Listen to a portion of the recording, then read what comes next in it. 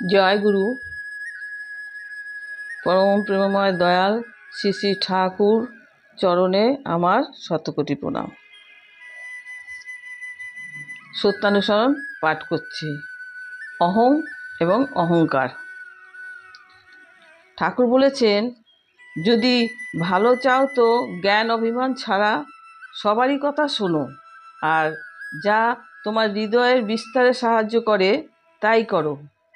জ্ঞান অভিমান জ্ঞানের যত অন্তরায়, আর কোনো রিপু তত নয়। ঠাকুর এখানে খুবই মূল্যবান একটা কথা আমাদের বোঝাতে চেষ্টা করেছেন,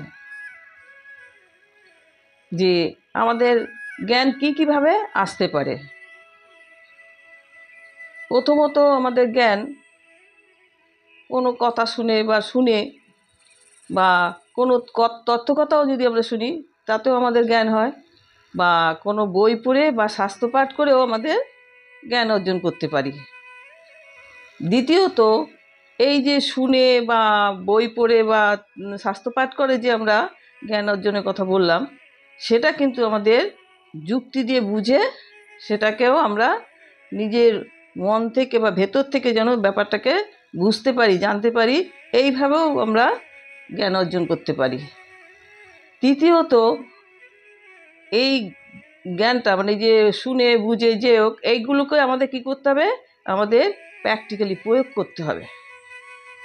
আর এই প্র্যাকটিক্যালি প্রয়োগ করলে শুধু হবে না, সেটা আমাদের অভ্যাসের মধ্যে প্রতিনিয়ত রাখতে হবে।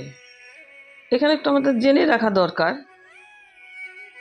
এই যে যেটা প্র্যাকটিক্যালি প্রয়োগ করা বা অভ্যাস করা এইসব বললাম, এটাকে যদি আমরা এই জ্ঞান অর্জন করে তখন যদি আমরা যদি এটাকে প্রতিনিয়ত অভ্যাস করি এবং মানে নিয়মের মধ্যে আমরা যেন সেটা প্রত্যেক দিন সেটা যদি করতে পারি, তাহলে আমরা দেখতে পাবো যে এই বিষয়টির উপর আমাদের অন্তর থেকে একটা অনুভব শুরু হয়ে যাবে।